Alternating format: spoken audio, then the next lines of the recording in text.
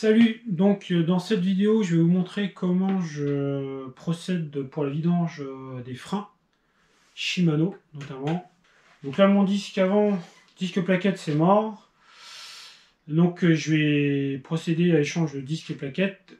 Je vais ensuite vous montrer comment moi je purge les freins et surtout pour éviter avoir la variation de garde avec l'usure des plaquettes que j'avais initialement, donc à peu près à mi-usure des plaquettes. La garde qui varie en descente, ça c'est super désagréable. Alors autant le frein arrière ça me dérange pas trop parce que j'utilise pas beaucoup, mais autant le frein avant, comme je fais beaucoup de nose et bon, c'est pour engager c'est vraiment capital. Là ça me pose vraiment problème, c'est pour ça que j'ai cherché une solution. Et là ça fait 2 ans que j'utilise cette méthode et elle fonctionne vraiment super bien. Donc je vais vous montrer comment je fais. Hi-ha! Hi-ha! Hi-ha! Donc là, le disque Shimano. Donc c'est aussi un disque Shimano en 203. Donc là, il fait 1,25. Donc il fait 1 mm et 25 dixièmes d'épaisseur. Sachant qu'en nominal, il fait 1,8 mm et qu'en mini, il doit faire 1,5. Donc moi, je suis en 25. Donc j'ai roulé 3 mois avec en montagne, sachant qu'en plus cette année j'ai pas beaucoup roulé en montagne, j'ai roulé nettement moins que les années précédentes. Donc j'ai dû faire 80 000 à peu près dans ces deux-là, plus ou moins, enfin j'en sais rien. Sachant que les années précédentes, en 3 mois je faisais 120 000, donc il me fallait 2 disques, voire plus si je respectais. En fait, si je veux vraiment respecter les préconisations constructeurs, à savoir 1,5, ça veut dire qu'un disque qui me fait à peu près un mois et demi, c'est-à-dire que pour 3 mois il faut 2 disques, et si je roule vraiment beaucoup il me faut 3 disques, c'est-à-dire un disque par mois. Donc autant vous dire que je vais pas m'amuser à mettre plus de 40 € tous les mois dans un disque, sachant qu'en plus mécaniquement parlant, ça tient. Moi en plus celui-ci il est même pas encore à la trame en alu. D'habitude je vais jusqu'à la trame en alu. De toute façon là ce disque je vais démonter, parce que là à le montage moi j'utilise un 203. Et quand je roule en Ardèche, notamment dans les Marnes, je mets un 220 parce que le 200 n'est pas assez puissant. Je suis vraiment obligé de tirer trop fort sur le levier de frein avant et c'est pas sécurisant. Donc c'est pour ça que je mets celui-ci. Donc là c'est un Magura, donc je l'avais, donc je vais le mettre. En fait j'aime pas trop ce disque parce que il prend du jeu au niveau des œillets et après ça gling gling gling gling gling en roulant, c'est super désagréable. Et j'en ai eu plusieurs et ils ont tous fait ça, et plus ou moins rapidement, et ça c'est vraiment super désagréable. Donc après il faudrait peut-être que j'essaye de les mater, mais bon, pour un disque de ce prix là, et en plus normalement on fait pour, voilà, pour freiner fort, moi je trouve que c'est pas très costaud quand même. Après sinon en termes de qualité de freinage ils sont juste excellents. Le toucher avec ce disque est vraiment top.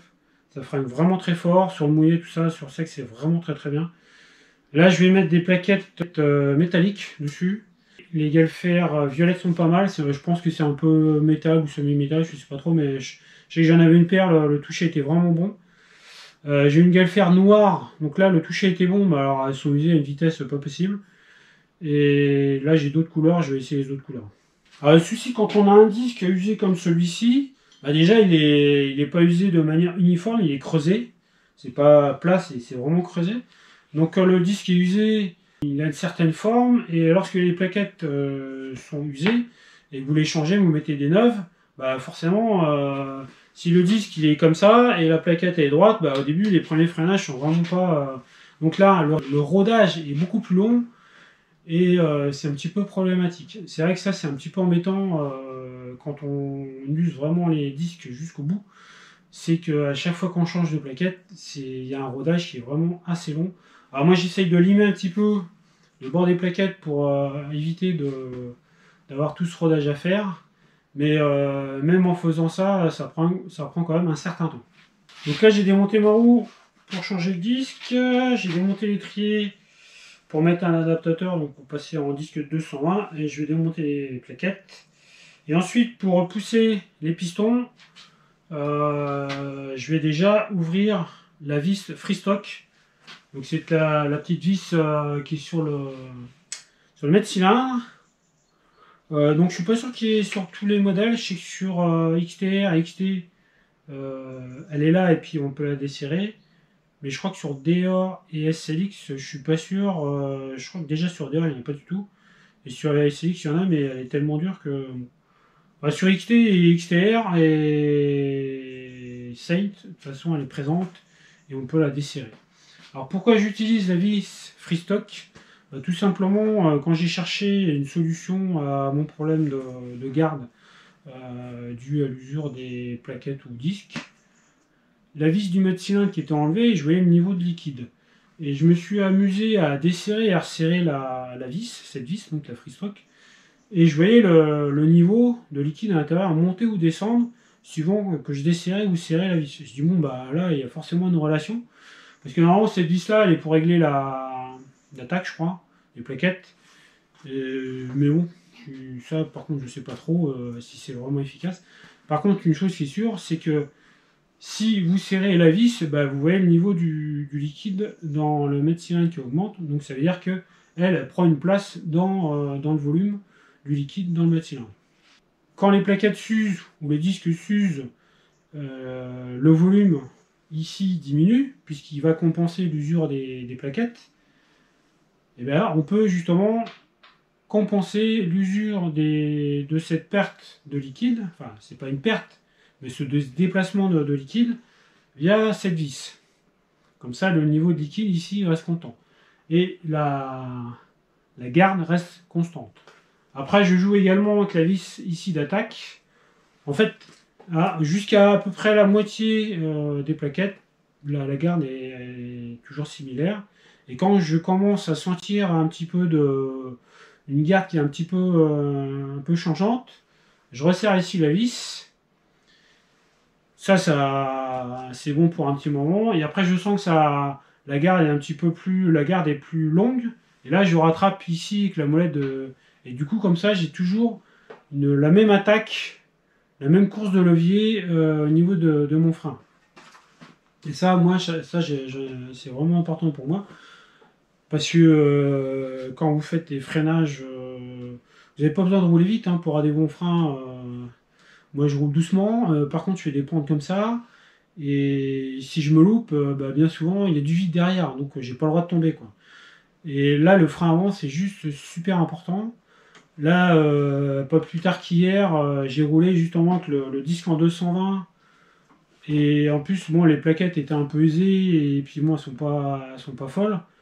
Bah, là-bas, quoi. Pour rouler en montagne, il n'y a pas de souci. Pour rouler en montagne, il n'y a pas de souci. C'est vrai que j'ai pas senti la différence. Là, on a fait 3000 mètres de démoin en partant du Tanargue jusqu'ici. Voilà, il n'y avait pas de souci. Le freinage était bon. Mais dès lors qu'on est vraiment dans la grosse pente et qu'on a besoin de pouvoir maîtriser sa vitesse et voir s'arrêter parce qu'après il y a un virage et ensuite voilà, il y a du vide. Bah là, les freins, il faut vraiment qu'ils soient très puissants. Et là, je manquais vraiment de puissance. Donc c'est pour ça que je vais passer en 220. Je vais mettre des plaquettes neuves et je vais purger mon frein. Alors en matière de purge, au niveau des freins Shimano, alors j'avais regardé la méthode qu'ils donnent. Alors, je crois qu'il y en a une ou deux, je sais plus. Je crois qu'il y en a une par gravité et une avec seringue. Moi j'ai opté pour la méthode à seringue. Méthode à gravité, je suis pas confiant. Avec une seringue, là, s'il y a une petite bulle d'air, bon, on est sûr de pouvoir la chasser que par gravité, voilà, si elle est coincée dans un recoin, notamment l'étrier, si l'étrier est mal placé sur le vélo, bah, la bulle va pas bouger, quoi. Et je sais que c'est pareil, après, tout le monde fait un peu sa petite sauce. Bah, moi, notamment, j'ai fait ma petite sauce, voilà, justement pour ne plus avoir de soucis de garde comme ça qui rayent, ça, c'est super désagréable. Et je vais vous montrer comment je fais. Donc là j'enlève les plaquettes, le petite goupille de sécurité, je desserre.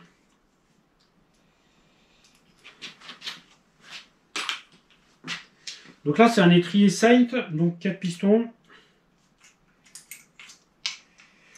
avec un mètre cylindre XT, 2 pistons. Parce que je trouve que bah là ouais, les plaquettes sont glacées. Elles sont glacées.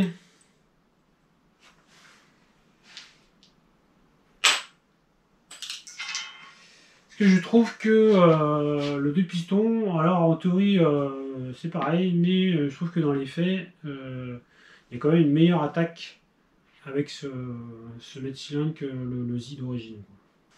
Alors, je la desserre.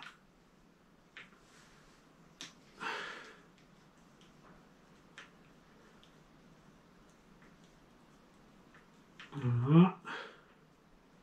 Alors, je sais pas trop où il a buté, mais je la desserre quand même pas mal. Voilà, donc elle est là.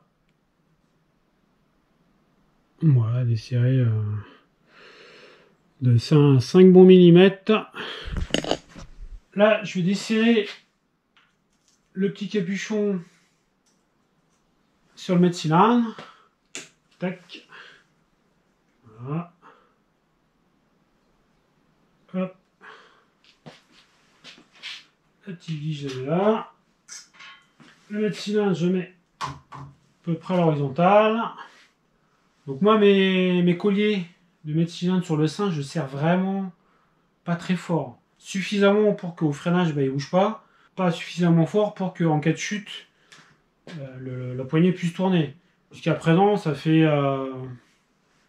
je sais pas, plus de 10 ans que j'utilise des freins Shimano. J'ai jamais cassé une poignée, mais jamais. Et pourtant, les chutes, j'en ai pris un paquet. Mais vu que ça tourne, comme je ne serre pas trop fort, ça tourne. Donc à chaque fois, je retrouve mes cylindres qui sont tournés, bah, je les remets top de niveau, puis voilà, ça repart. Donc là, je vais mettre le bocal Shimano. Donc c'est le petit bocal de purge Shimano qui vaut rien du tout.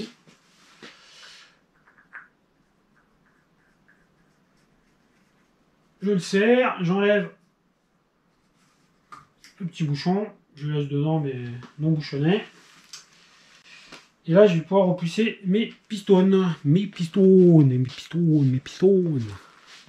Alors ce que je fais aussi quand je change mes plaquettes, je mets un petit coup de soufflette pour enlever toute la poussière, parce que voilà, l'usure des plaquettes elle part en poussière, il y a une bonne partie qui vient sur l'étrier. Donc je mets un bon coup de soufflette et ensuite je mets un petit coup de liquide de frein, donc minéral Shimano, sur le pourtour de chaque piston, donc là 4 pistons. Et ensuite je les fais sortir, je les fais rentrer, je fais ça plusieurs fois pour éviter les points durs des pistons. Parce que ça c'est pareil, si vous ne le faites pas régulièrement, bah, il y a toujours un piston qui va sortir plus facilement qu'un autre et après la plaquette va s'user de travers et c'est pareil, c'est super désagréable. Donc si vous voulez être tranquille et garder votre étrier longtemps, cet étrier là, je sais pas combien d'années il a, mais il a, je sais pas, il doit avoir 5-6 ans facile, donc il a, voilà, il a beaucoup de, il a beaucoup de démois, il doit avoir un million de démois. Du coup, il a beaucoup fonctionné, mais il fonctionne toujours parfaitement parce que je l'entretiens. Voilà, un étrier, ça demande de l'entretien. Donc après avoir mis un petit coup de soufflette, je vais sortir les pistons.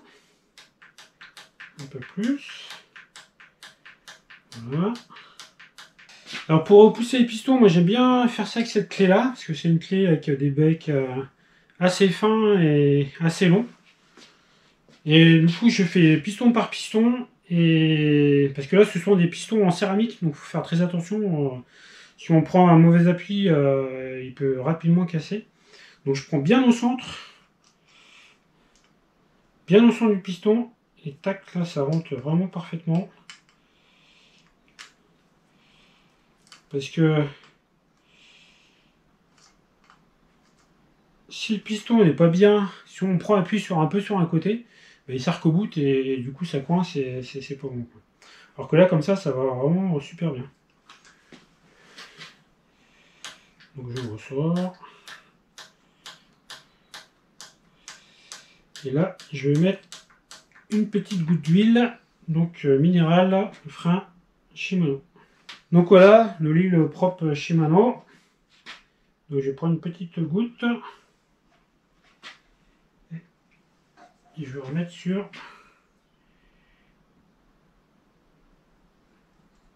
chaque contour de piston.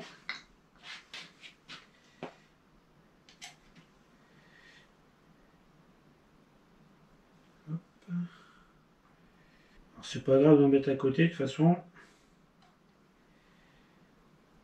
De toute façon, après, une fois que j'aurai fini ça, je vais bien le nettoyer parce que faut plus du tout qu'il y ait de gras qui puisse migrer dans les plaquettes. Et je recommence. Hop. Hop. Donc là, j'ai monté la cale en lieu et place des plaquettes pour faire ma vidange de frein. Voilà, elle fait 1 cm d'épaisseur et ça tombe bien parce que c'est pile la même épaisseur que mon ensemble disque plaquette. Là, j'ai 1 cm. Je vais vidanger et ajouter le liquide de frein optimal pour avoir la bonne quantité pour mon épaisseur, donc là de mon ensemble disque plaquette. Je vous mets la cale avec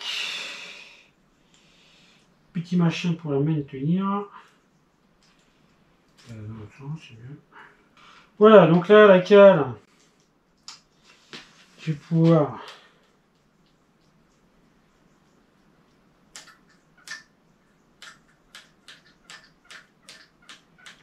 donc de toute façon on voit que là la poignée est quand même un petit peu d'élasticité, notamment au niveau des joints de piston. Ce qui fait le rappel des pistons, de toute façon c'est le joint torique qui est à l'intérieur, les joints d'étanchéité. C'est quand le piston sort, le joint torique se tord. Quand vous freinez, il se tord et après il reprend sa position initiale.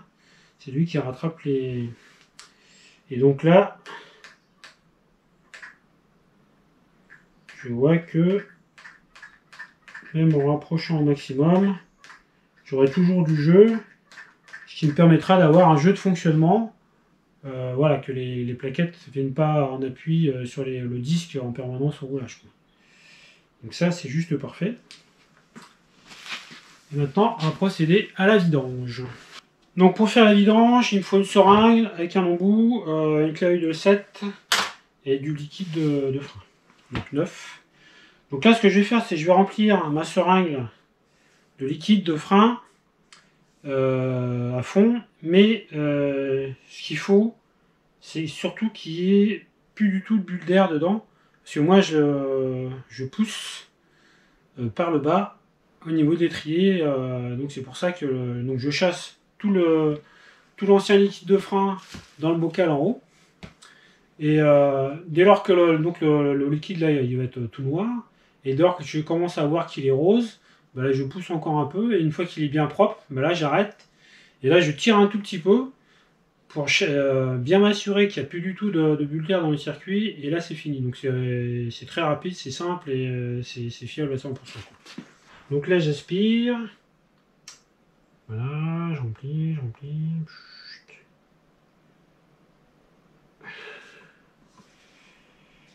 Je remplis ma seringue à fond. Maintenant, je mets ma bulle d'air au niveau du tuyau et je chasse gentiment. Voilà. Donc là, il reste encore une petite bulle d'air. Ça y est, il n'y en a plus. Donc là, je reprends. Hop. Là, j'ai plus de bulle d'air, donc je peux faire le plein de ma seringue.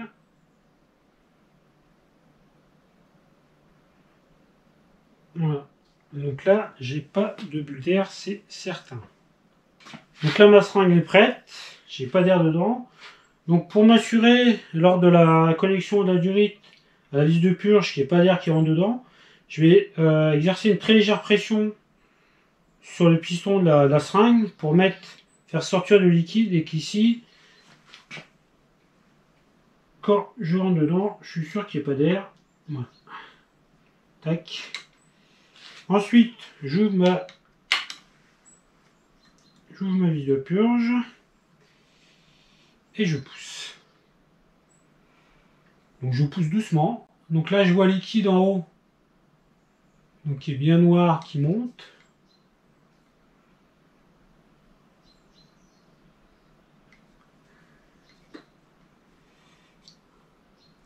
Donc là, comme j'ai roulé 3 mois avec, le liquide il a bien chauffé, il est bien pourri.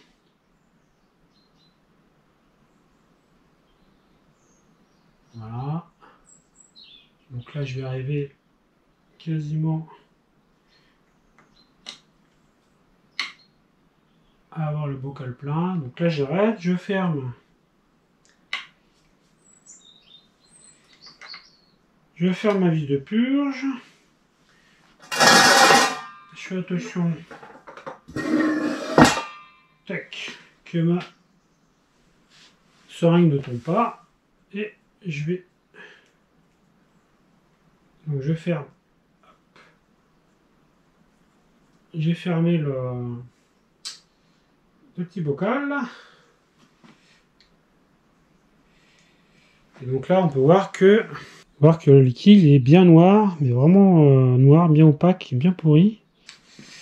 Donc voilà, je vide donc le liquide de frein usagé. Tac. Et là, on voit que le liquide est bien pourri. Il y a même du noir dedans. Hein. C'est vraiment... Et ça fait ça à chaque fois. Je remets le bocal. J'enlève le petit bouchon. Paf. Et je recommence la manip. Donc j'ouvre ma vis de purge. Et je pousse. Et donc là, on voit que le liquide est beaucoup plus propre. Donc là, j'arrive quasiment en fin de seringue. Voilà, le liquide est propre. Hop. J'attends un peu que les pressions s'équilibrent. Je retire très légèrement. Voilà, il y a toujours une petite bulle d'air. Donc ça, à mon avis, la bulle d'air, bah, c'est quand je fais la connexion de ma durite sur la vis de purge. Donc ma durite, elle est pleine d'huile, mais la vis de purge, elle, il y a une petite cavité qui est pleine d'air. Donc forcément, cet air-là, il reste là. Donc je retire un petit peu. Voilà, donc là, j'ai plus rien. J'attends que ça s'équilibre. Je repousse un peu. Voilà, c'est parfait. Et là, j'arrête. Là, j'arrête. Et là, mon frein. Voilà, là, le levier, il est super dur. Là, c'est top. Donc, je serre modérément la vis de purge. Je retire ma seringue. Là, je mets un petit élastique pour maintenir en pression. Voilà ma cale.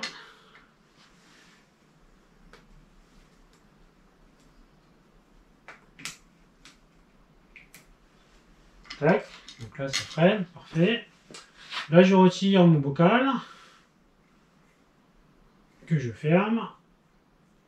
Et là, je vérifie que mon niveau d'huile dans le mètre-cylindre est bien à ras. Donc, je vais remettre le bouchon sur le mètre-cylindre. Je serre modérément. Et là, ma poignée de frein, elle est super dure. Donc là, il ne me reste plus qu'à monter mon disque de 220 sur 20 roues, monter les plaquettes, et ensuite régler l'alignement de l'étrier par rapport au disque, pour qu'il n'y ait pas de... pour que les plaquettes soient le plus parallèles possible au disque. Donc là, ça assure vraiment une meilleure qualité de freinage. Et ensuite, aller essayer roder les plaquettes et ensuite aller rouler. Sachant que le rodage des plaquettes est super important, notamment moi ici. Le souci, c'est que moi, quand je pars de l'atelier, je vais direct dans les marnes. Donc là, c'est quasiment que du plat et voire montant. Et quand j'arrive dans les grosses pentes, bah, si j'ai des plaquettes neuves, peu importe ce que j'ai comme plaquette, même si en disque en 220, métallique, tout ça, pourtant il n'y a pas beaucoup de dénivelé, hein, il y a entre 50 et 70 mètres de dénivelé, mais j'arrive en bas, les plaquettes elles sont glacées, et puis après c'est très très compliqué de les rattraper. Même si j'ai des moments où je passe un petit coup de papier de verre, à chaque fois ça recommence. Donc un rodage de plaquettes, bah, faut rouler et faire des freinages modérés, pendant quand même ouais, un petit moment avant que les plaquettes tout soit bien rodé. Et à partir de là, voilà, après à partir de là, on peut vraiment taper dedans. Sinon les plaquettes se glacent et une plaquette glacée, bah, ça freine pas, ça hurle et ça freine pas. Et donc c'est pas le but recherché. Voilà, donc j'espère que ce petit tuto vous aidera, vous aura aidé, vous aidera à l'avenir. Essayez, hein, c'est une méthode comme une autre. Je sais que moi, pour moi, elle fonctionne. Donc il n'y a pas de raison qu'elle ne fonctionne pas pour vous. Vous voyez, il n'y a pas besoin de beaucoup de matos. Il faut juste le petit kit de vidange, donc Shimano, donc le bocal, une seringue et un petit bout de tuyau. Donc ça vaut vraiment que dalle. Voilà, après des outils classiques et du liquide de frein et puis voilà. Donc il n'y a rien de compliqué, il faut juste faire ça correctement et après il n'y a pas de souci. Et après ça, cette vidange là, elle dure toute la vie des plaquettes et du disque. C'est-à-dire que là, moi le disque, l'autre j'ai changé à l'avant, j'ai mis 5 paires de plaquettes. 5 paires de plaquettes avant, donc le disque là il est mort et j'ai usé 5 paires de plaquettes. Et à aucun moment j'ai dû remettre du liquide de frein dedans. J'ai juste eu à serrer la vis freestock et à ajuster la vis de garde. Et j'avais toujours la même attaque, la même garde au niveau du frein et toujours autant de puissance. Donc voilà, là c'est monté. Là, la garde est nickel. J'ai plus qu'à aller roder ça sur le terrain. Allez là. Ouais, il y a déjà vachement plus de mordant. Voilà, j'arrive à m'arrêter où je veux. Dans la pente. Ouais, c'est trop bon. Ouais, c'est vraiment top. Enfin, super fort. Vraiment bon.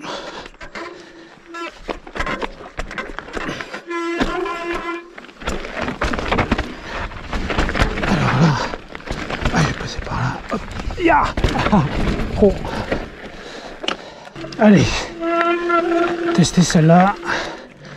Donc celle-ci c'est vraiment la plus raide et la plus dure pour les freins. Parce qu'elle est vraiment super raide. Oh ouais, ça freine super bien. J'ai quasiment pu m'arrêter. Ouais, trop bien. Hop là, trop bien. Ouhou. Et là, dans les triers tièdes, ils disent quoi, vraiment bouillant. Ok, petite descente. Donc bilan très satisfaisant. Ça, il y a une super attaque et après il y a vraiment de la puissance derrière. Ça c'est vraiment super agréable sans devoir tirer comme un sourd sur le levier de frein. Et là les petites pentes comme ça, en fait il y a l'air de rien. Là, il y a depuis le haut, je sais pas, il y a 7-8 mètres. Mais c'est pentu, en plus ça tourne. Quasiment s'arrêter là. Parce qu'après sinon il y a. Là il y a plein de marches. Et puis après ça tourne un peu. Et puis après il y a encore un saut derrière. Et là si j'arrive trop vite là, après c'est compliqué. Ah, c'est vraiment compliqué. Cool. Donc voilà, une petite vidange de frein, un disque neuf, plaquette neuve en 220 bien réglé, ça marche vraiment super fort. Après là, ce sont des conditions bien particulières, hein. C'est sûr que là j'en ai vraiment besoin que dans ces cas-là. À la montagne, un 200, un disque en 200 ça suffit largement, il n'y a pas besoin de plus. Mais là comme j'ai vraiment besoin de tirer de vraiment beaucoup de puissance, 220 c'est l'arme absolue quoi. Allez, je vais continuer. Ah, trop bon. Allez, là je vais prendre une option.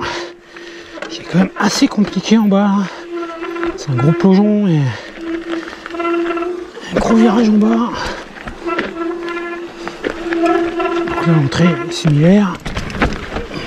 Ouais, c'est vraiment top. Tac. Ouais, c'est là, faut que j'aille tout droit.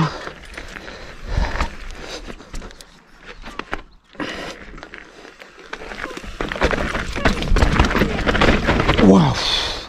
Ouais, c'est toujours autant de sensations. Ah, c'est énorme. Ouais, alors ce passage là, donc la ligne elle est là. Là-haut ça fait une marche, là ça fait un petit saut, un enroulé sauté. Et là ça plonge. Et tac, ça vient tourner là. Donc là c'est pareil, pas le droit de tomber. Et du coup là c'est vraiment là-haut, bah déjà l'entrée est bien pentue, ça fait une marche. Et la deuxième marche, bah, je suis obligé de la sauter, je peux pas trop l'enrouler. Du coup, ça me fait prendre de l'inertie.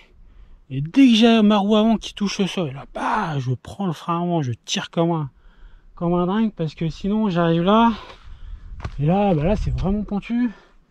Et là sinon, bah, j'arrive pas à tourner quoi, ici là, bam. Puis après ici là, le saut, il est quand même assez haut, il fait un peu plus de 2 mètres là.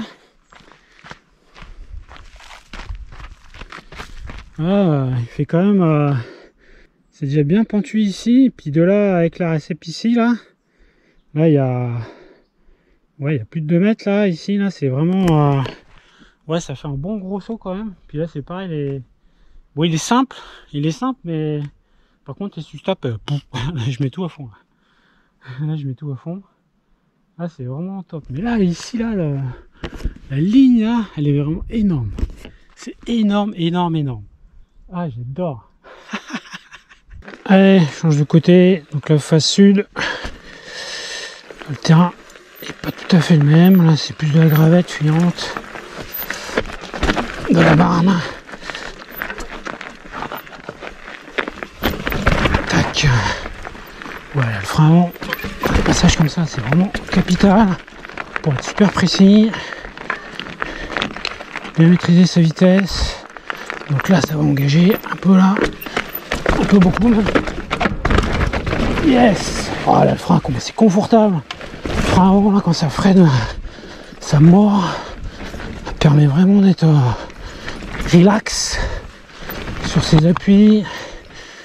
Vraiment confiance là. Ouais, c'est vraiment... Je fais lequel là? Ah, je vais faire celui-là. Celui-là est vraiment sympa quand même.